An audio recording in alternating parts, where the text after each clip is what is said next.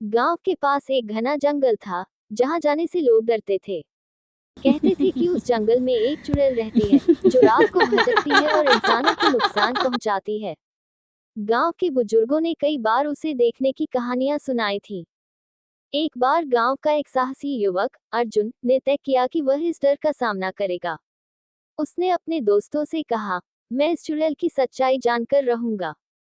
दोस्तों ने उसे समझाने की बहुत कोशिश की, लेकिन वह नहीं माना। अर्जुन एक रात अकेला जंगल में गया। हाथ में सिर्फ एक मशाल और एक लकड़ी की तलवार थी। जंगल में सन्नाटा था और ठंडी हवा के झोंके से पत्ते सरसराहट कर रहे थे। कुछ देर चलने के बाद अर्जुन को अजीब सी आवाजें सुनाई दी। वह रुक गया और मशाल की रोशनी में चारों ओर देखने लगा। अचानक एक पेड़ के पीछे से एक परछाई उभरी। वह धीरे धीरे उसकी ओर बढ़ने लगी। अर्जुन की सांसें तेज हो गईं, लेकिन वह वहीं खड़ा रहा। जब परछाई पूरी तरह सामने आई, तो उसने देखा कि वह एक बूढ़ी औरत थी, जिसके बाल बिखरे हुए थे, आंखें लाल और दांत नुकीले। वह अर्जुन को देखकर हंसी और बोली, तुम्हारी हिम्मत की दाद देती हूँ, लेकिन अब तुम इस जंगल से जिंदा वापस नहीं जा सकोगे। अर्जुन ने अपनी तलवार उठाई और कहा, अगर तुम सच में चुड़ैल हो, तो मैं तुम्हारा सामना करूंगा।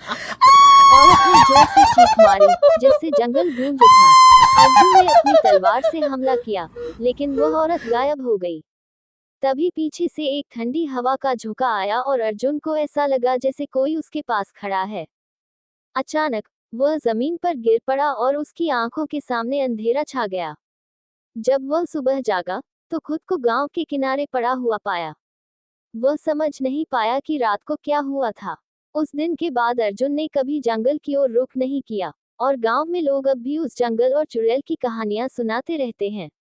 कहते हैं, जो भी उस जंगल में गया, वह कभी वैसा नहीं लौटा जैसा वह पहले था।